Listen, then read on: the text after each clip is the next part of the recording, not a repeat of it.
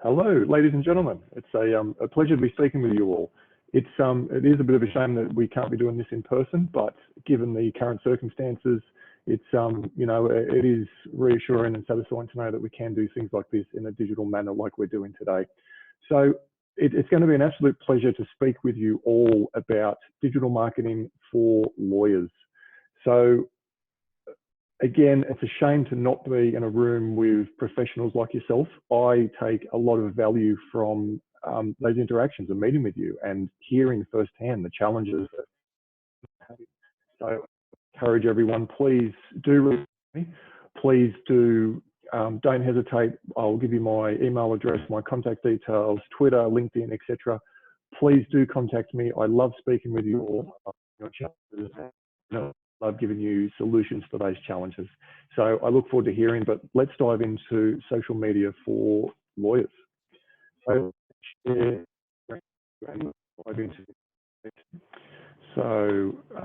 by the joys and wonders of digital technology, a couple of clicks and we are live. So as I was mentioning to you, I've had the pleasure of witnessing the internet come to life through a screeching and squealing dial-up modem. My house was a type of house where there was yelling and screaming when, for example, I was on the internet.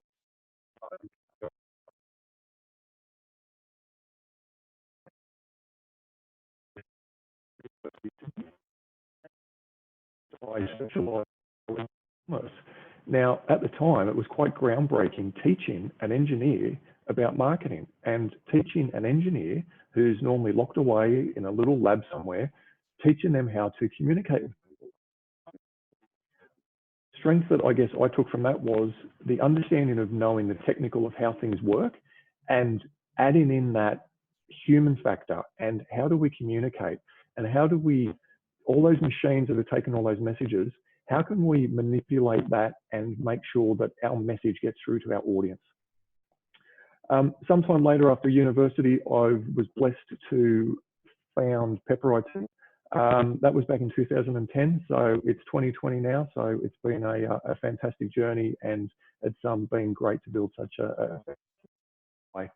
And more recently, I've personally served as an expert witness to the Supreme Court of New South Wales. That was for a Facebook defamation case.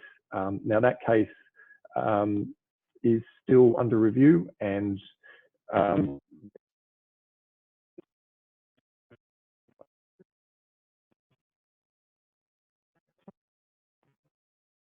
for IT specifically, we've spent a fair bit of time working in the professional services space. So we've seen the challenges that law firms and other professional services face. Using conveyancing and property law as a specific example, New South Wales was one of the first places where electronic conveyancing became mandated. So law firms and other legal practitioners have had to become, they've had those massive changes. So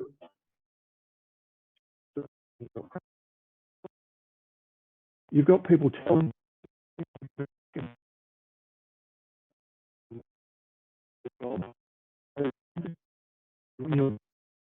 changing, and then you've got the challenge of educating your team and educating yourselves. So I understand firsthand from speaking with our clients and our colleagues that that's a challenge. So the point of today is to cut through all the messages, all the noise that you may be hearing about what's the latest trend on LinkedIn and how to do video calls and why you should be doing vlogging and all of those things, and just give you an actionable plan that you and your firm can do to execute and get results from your digital marketing. So let's dive into it. So let's start off by taking a bit of a look at what digital marketing is.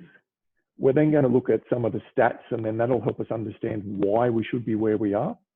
We're going to look at creating your content and understanding that content is king, but we have to create content with a mindset of how we're going to use it for these other activities. We're then going to tell you how to take that content and use it for those other activities. And then it's going to be a case of wrapping it all up so that you can understand it, you can be confident with it, and you can execute that plan or help those other stakeholders in the firm to understand why this is important and how you're going to do it. So just focusing on that agenda again, let's look at the state of digital. Content is king. We'll look into SEO, which can be quite confusing.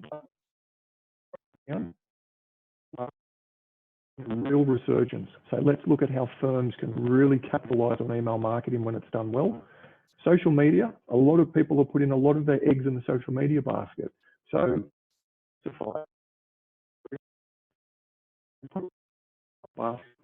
we'll summarize it all and put it all together. And then we may not have an opportunity for live questions, but again, please, my inbox is always open. My DMs are always open. My LinkedIn inbox is open. It is always a pleasure to answer questions from professionals such as yourselves.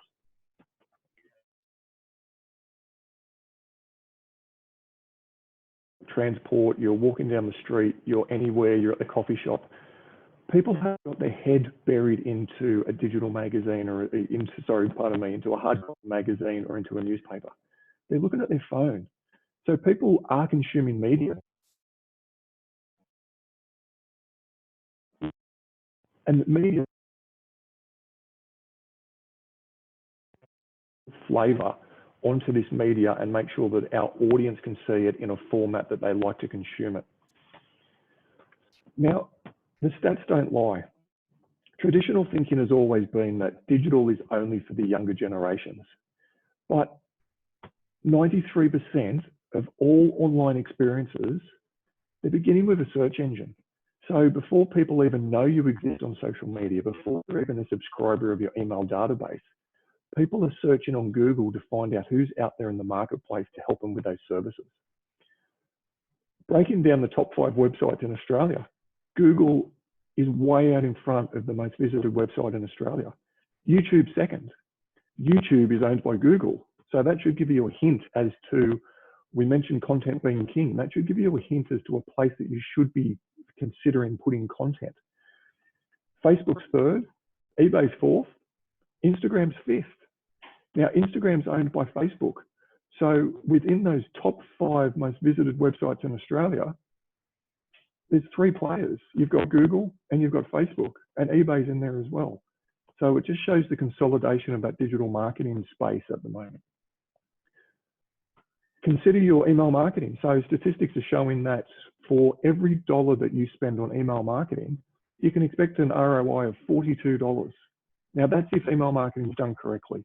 And part of this, we're going to go through and explain to you how to do that correctly. And in the social media space, 35.8 million people in Australia, so actively use combined Facebook, Instagram, LinkedIn. Social media population in Australia is far in excess of the actual real population. Audiences, and that's where people are consuming content. So we've mentioned a few times now.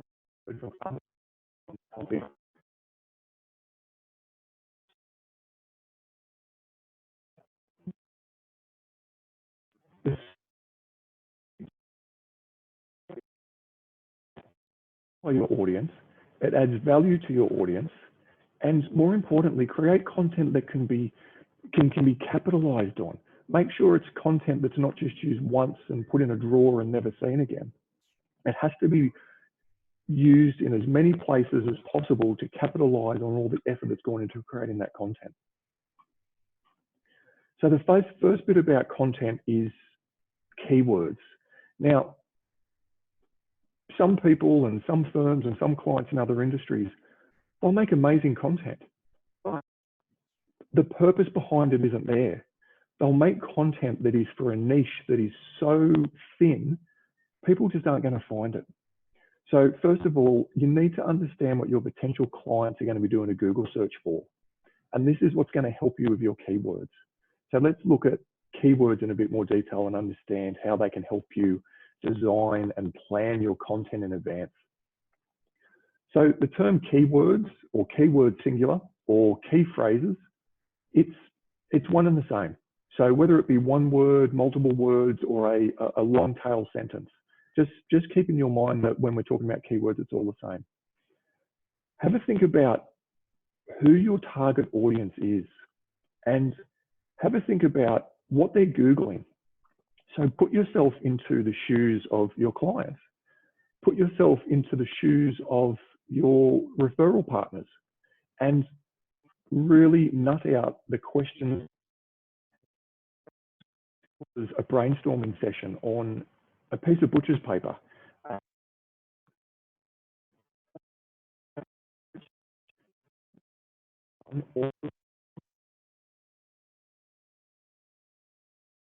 Potential client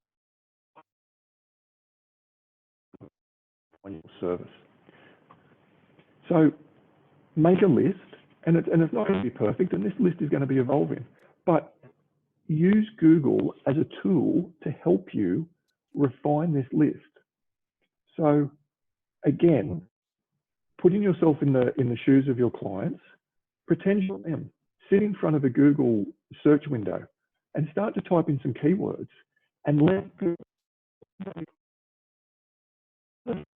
that people are searching for.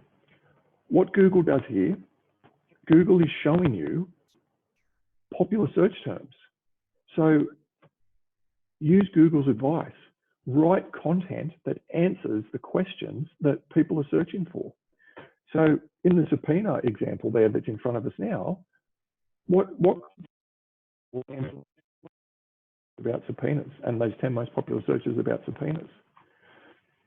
Let's dig deeper and just use another generic term such as a deed.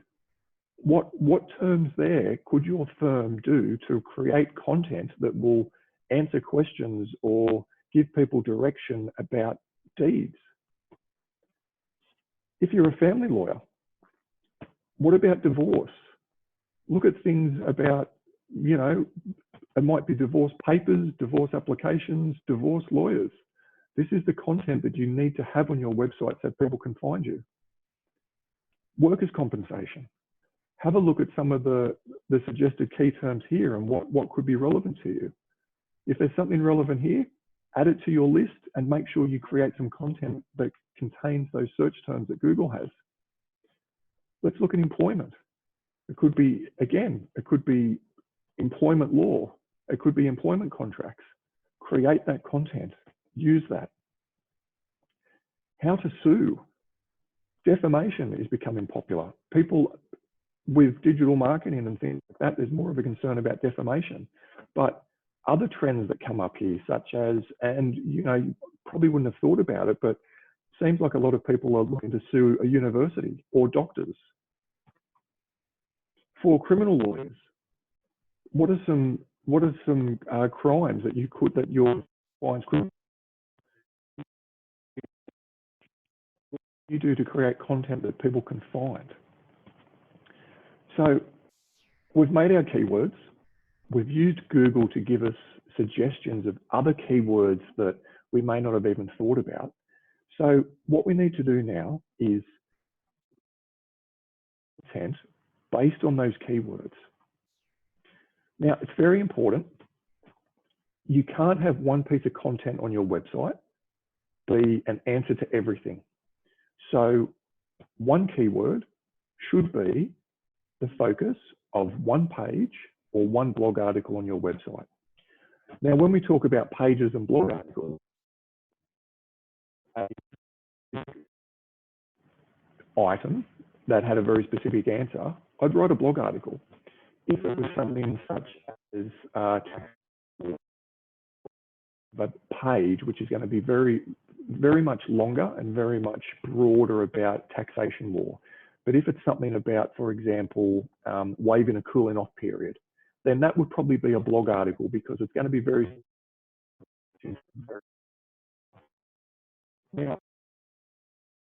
content. It's very important to have a balance. Now, it's a balance between writing for Google and writing for the user. So it's a mix of science and it's a mix of art. We need to write content in a way that Google will understand it, and we'll come to that. but we also need to write content that's easy and digestible for a user. And that brings me to another point about using legalese sparingly. So lawyers are fantastic people and immensely educated and knowledgeable in their area. But remember, the content that you're writing is going to be for potential clients and for potential referrals.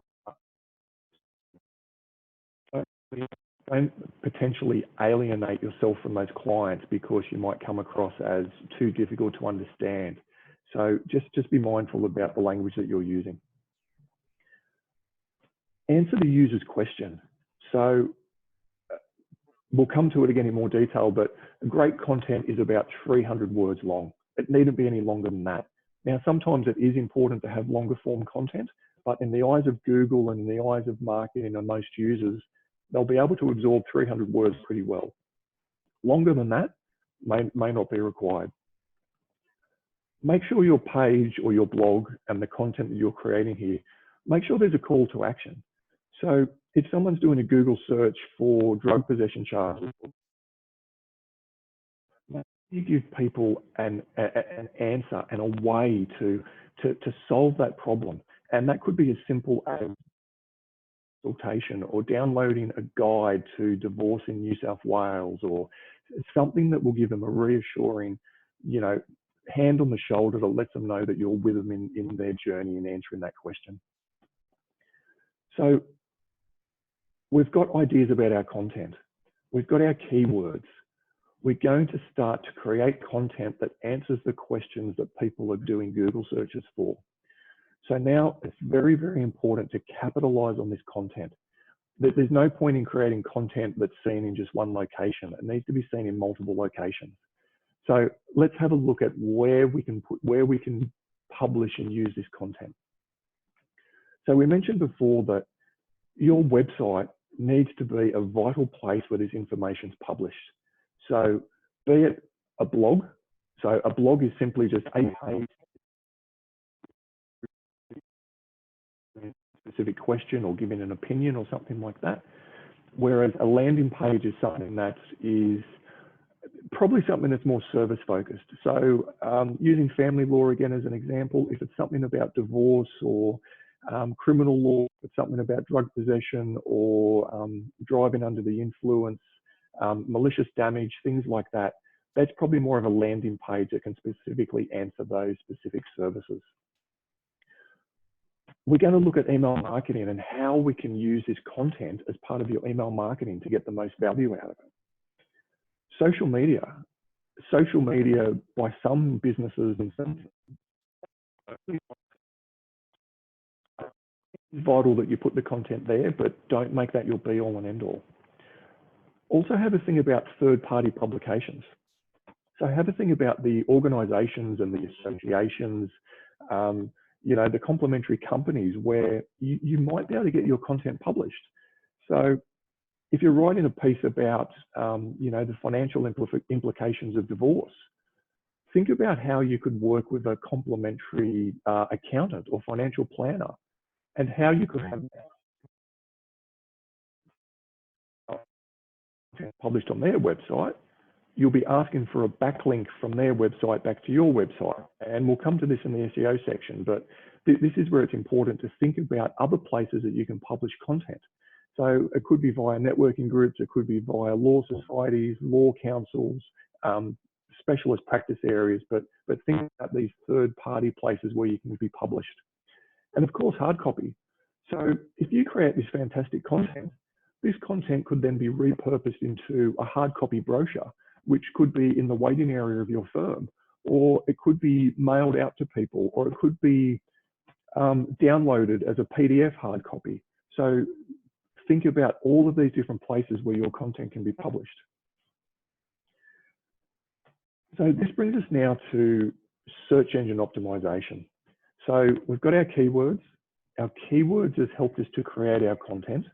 Now, from our content, we've got to make sure that our content is optimized and it's easy for Google to understand. So there's a lot of noise about SEO. So let me give you the executive summary about what search engine optimization is all about. So one of the big things to remember is Google by far the most popular search engine. Its mission is to organize the world's information and make it universally accessible and useful. So you need to keep that in mind when you're creating your content. If your content is confusing, or it's duplicate of someone else's content, or it's not clear what it's talking about, information to users. If Google doesn't understand your content, Google will not show your content to others. So it's very important we keep that. So this brings us to the first part of SEO. And this first part of SEO is referred to as on page. Now, it's called on page because it's optimizing the content that is on the page or the blog article, which has been published to your web. So this is an example here of HTML code. Every website around the world is made up of HTML code. Little robots or little spiders that it sends out into the internet to look at every piece of content all over the World Wide Web. This is what they see. Now, Google has programmed these robots to look for very specific pieces and sections of this very complicated code to help it understand what it's about. So the good news is you don't need to touch a single bit of code. You just need to understand what parts of your content you need to have optimized for your keywords. So let's have a look at a very practical example of that. So what we have here is a live example of a blog article that we have on the Pepper IT website. So the keyword that we chose here is Instagram hashtag strategy. So at the very top of the page, highlighted in yellow, what we've done, the web address for this blog article is pepperit.com.au/Instagram hashtag strategy. So straight away, we've used the keyword in the URL. That's a very big indication to Google as to what our content is about. The next thing we've done, that we've got the image, but with the image, we've even renamed the image to be Instagram hashtag strategy. So rather than just some random file name .jpg, we've put the keyword in the file name of the image. The next thing you need to do is make sure that in the first paragraph of your body of your copy, stick the keyword in there.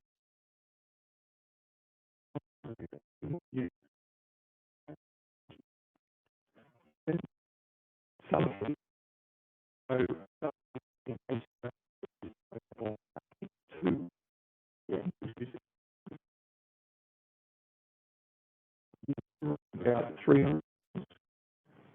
Within that 300 words, you need to use the keyword approximately 3 times. So that gives you what's called keyword density.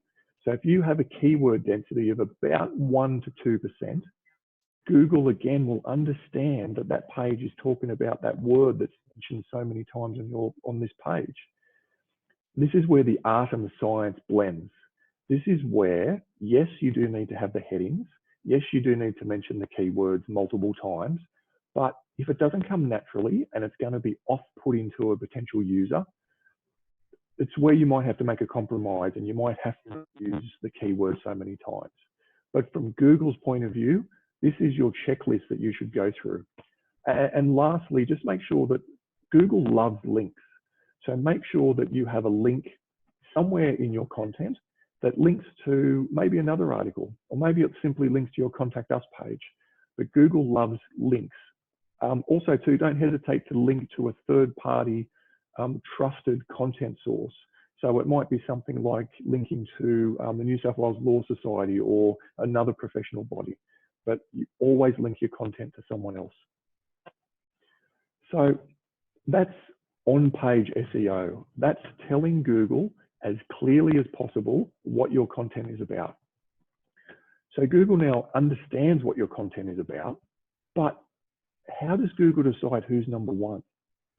Now remember, Google doesn't want to show unworthy content to users. So one of the first things that Google does is it uses localization. So if you're looking for a plumber, you're looking for an electrician, and you're in Sydney, you're not going to be shown results for plumbers and electricians in New York or London. So Google knows where we are. It knows where we're doing our searches. It knows that we 9 times out of 10 want this provider who's nearby. So to do things like that, that's where you need to make sure that your firm has what's known as a Google My Business listing.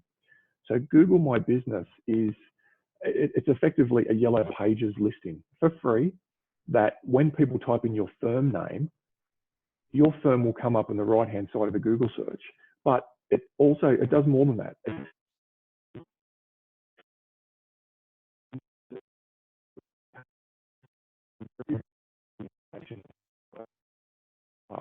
So make sure you use that get a Google My Business set up for your firm if you haven't already. That's very important.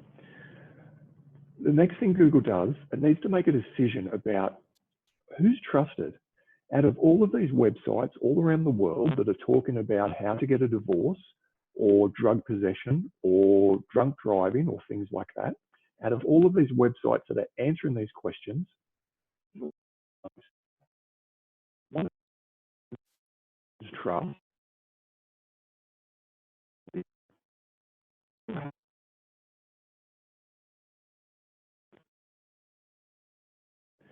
So this brings us to building backlinks. Backlinks from trusted black hat, links from forums and places of less repute. You need to get backlinks from some local directories. Now there is some good quality local directories that have been around for 20 years. So places like Yellow Pages, if you get a directory listing in Yellow Pages, that can have an influence on your backlink profile and build your trust. But there's also other local directories such as Search Local and weird name directories like Hot Frog. They've got weird names, but they're free, they're trusted by Google. So set up an account there and get a listing and a backlink there. Again, have a look at associations and organizations and networking groups and places where you might be able to get a link. It might just simply be a little blurb about you and your firm and then a link to your website. But take advantage of getting those backlinks. Media and publications. So if you write an article for Lawyers Weekly or something similar, when you write that content, get a backlink in return. Google will see that if your firm's website has a backlink from a trusted website such as Lawyers Weekly, that credit will be passed from Lawyers Weekly through to you. And we mentioned before about complementary businesses. So there could be accountants or financial advisors or other people who complement your business, don't compete with your business. So speak to them about ways that you can benefit each other by having these backlinks. So the great thing about SEO is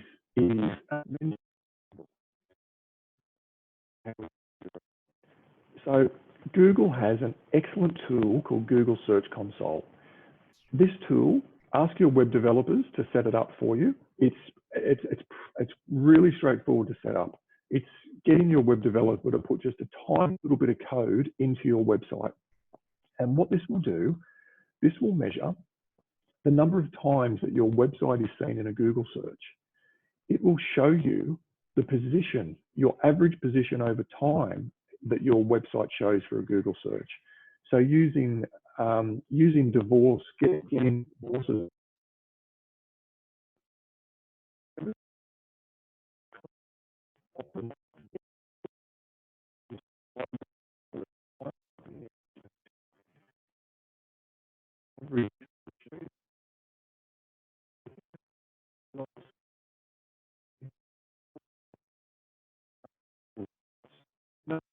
Increase. And your click-through rate or your CTR is going to increase as well. So that's quite simply the number of times someone clicks on your page in a Google search over the number of times it's shown. So that's our executive summary of SEO. Now, email marketing. Email marketing is going through a real resurgence at the moment, as long as it's done correctly. So let's have a look at how we can do SEO correctly. pardon me, let's have how we can do email marketing correctly. So email marketing, 73% of millennials, they like to deal in business via email. So there's an argument for social media being more about friendship and staying in touch with family.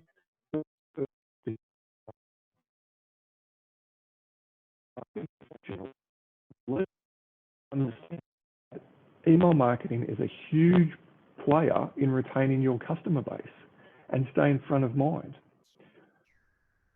59% say that it is their biggest source of ROI. So out of all the other channels, from SEO to social to everything else, there's a significant percentage of marketers out there saying that that's the most significant return of investment for them. So let's have a look at who the players are in email marketing. Gone are the days of getting your email list and sticking it into the BCC field of emails and sending it out that way. People, unfortunately, some people are still doing it that way, but it is a massive no-no.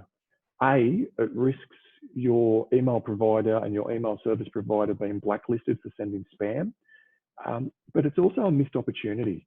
It's a missed opportunity for you to look at the results of the email marketing and seeing what's working and what's not.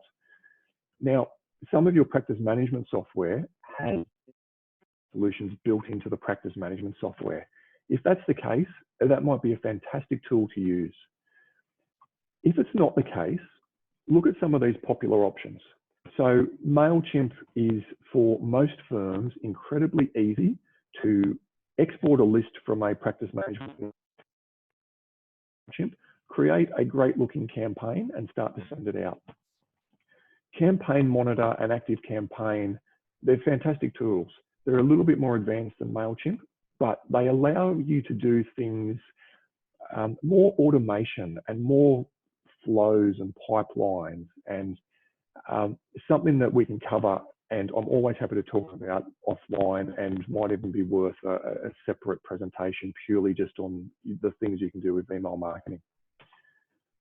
Now, with email marketing, it is vital that you segment your audience. So failing to segment your audience is just going to immensely increase your unsubscribes and your complaints, and you're not going to get any traction or results. So there's a huge increase in revenue from segmented databases.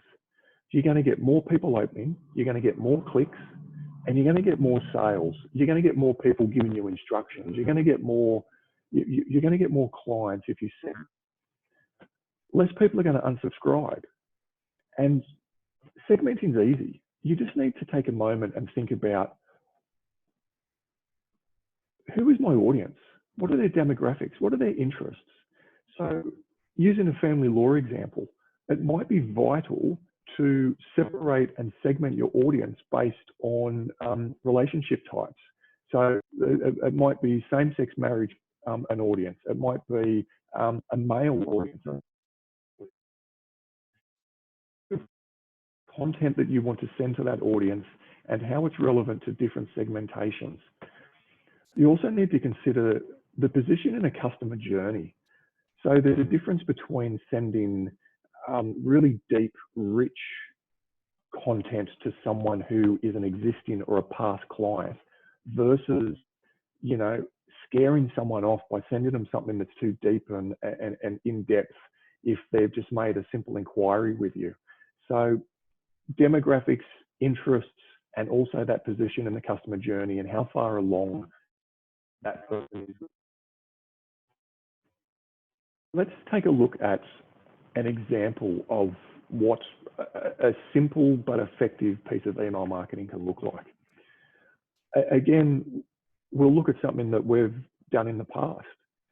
Have a very simple introduction. Have an introduction that is personalized. Have an introduction that shares something that's happening in the industry or email. Have that FOMO, that fear of missing out, that if they unsubscribe and they don't get next month's or next fortnight's email, that they're going to miss something. So really give your audience something here to sink their teeth into and make them want to get the next one and the next one and the next one. The second thing we can do, we've created our content. Our content's a blog on your website. You put an image on that blog article. So use the image from that blog article and stick it in your email marketing. Next thing you'll do is you'll have the heading and you'll have some teaser copy from that blog article. Don't make the mistake of putting all of your content in the email. Just stick in a little teaser. You want people to click through. You want people to read more. Now, why is this important? The reason it's so important is we're going to look at the results of email marketing and what you can do as a firm to do more with your email marketing. So email marketing and pressing the send button, that's just the beginning. Too many firms and other businesses, they send the email marketing, they sit back, they relax, and they wait for the phone to ring. But that's not going to happen. It's up to you to be proactive in looking at the results and following up with your clients and your referral partners. So this is a screenshot of what results look like. This is specifically from MailChimp, but it gives you an example of what results are available to you as a business. So all of these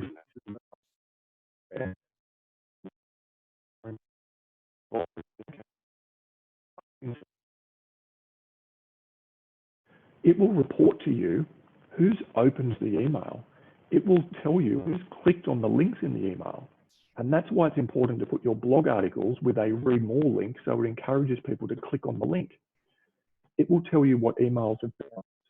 So that's normally because of either a technical issue with the recipient or that recipient might have moved on and gone to a different business. It'll tell you who's unsubscribed. So from our email marketing platform, what can we do to follow up? So with the people who have clicked on your content, give them a call. When the time's right, catch up with them for a conference or a coffee, and they're engaged. So chances are that when you give them a call, one of the first things that come out of their mouth is they're probably going to say to you, "Oh, thank you for calling. I was just thinking about you. I've been meaning to call." So use the people who have clicked, use those results as appropriate and you've got the time. Also do the same with people who have opened your email. If it's not appropriate to call, and it is too big, at least look and review the data. And it could be some amazing market intelligence for you to see who's open, help you better as well. One stone that is often left unturned is the bounces. Use the emails that have bounced to reconnect with those people. So find them on LinkedIn, connect with them, ask them where they've gone to, find out where they are, update their details, and give them a call to reconnect. And with the unsubscribes, people unsubscribe. Don't take it personally, but see if there's any patterns. See if there's any trends of,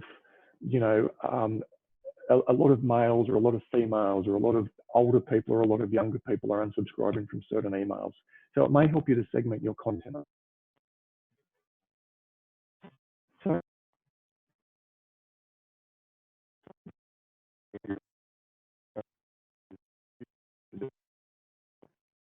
we all know the importance of social media. 6 out of 10 Australians are using Facebook.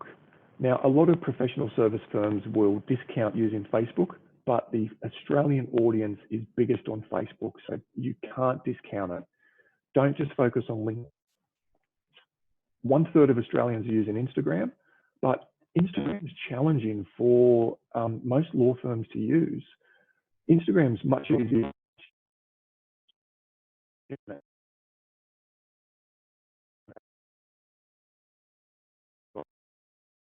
But it is incredibly hard for lawyers.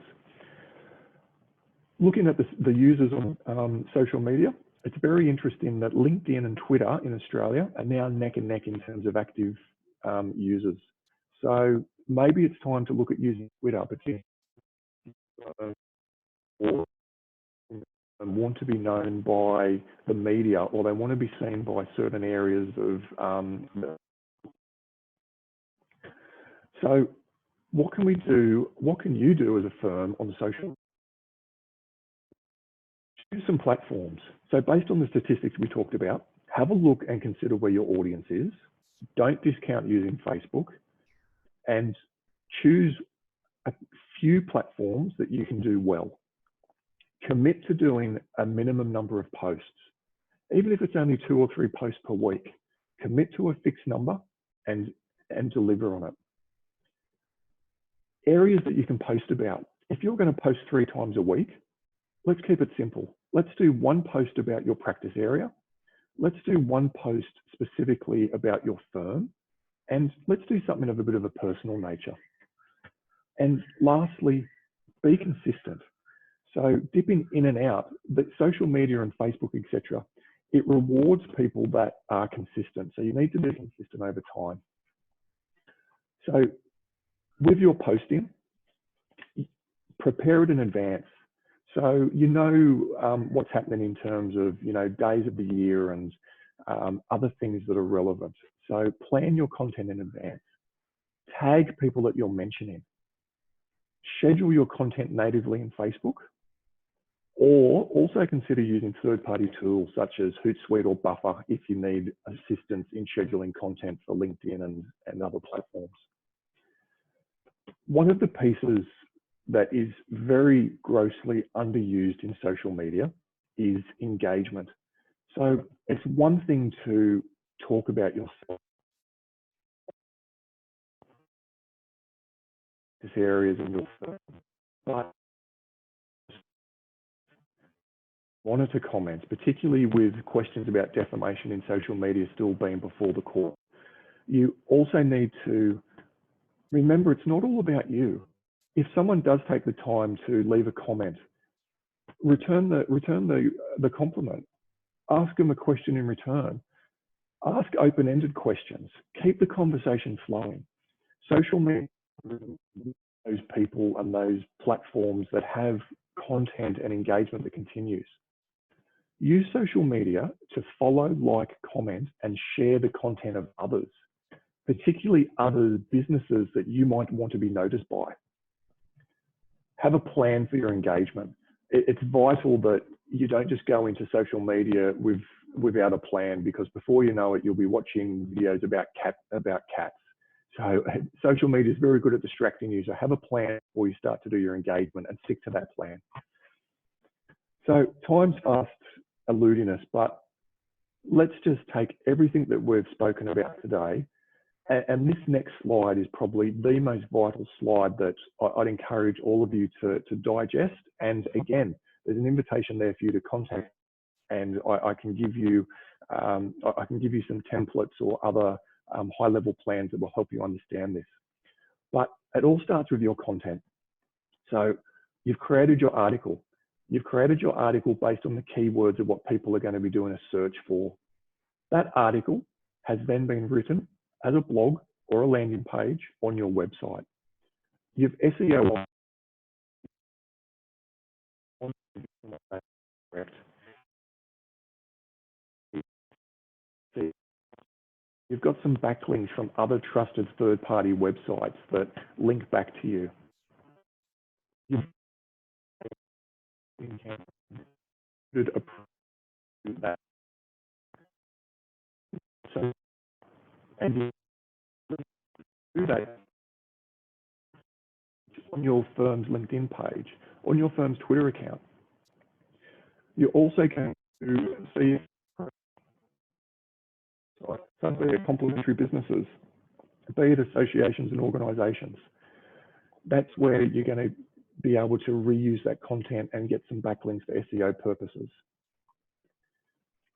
One of the last messages I'd like to leave you with is a quality presence on social media takes time to build. An email marketing list, it takes time to build. All of these are assets for your firm. So you need to build these proudly. Do it now. It's going to take time. It'll be worth it in the long run, but your competitors are already doing it, or they're about to do it. So you don't get left behind and do it now. Now, ladies and gentlemen, that brings me to the end of what's been a jam-packed presentation. I wish I was there in person to answer the questions that you do have.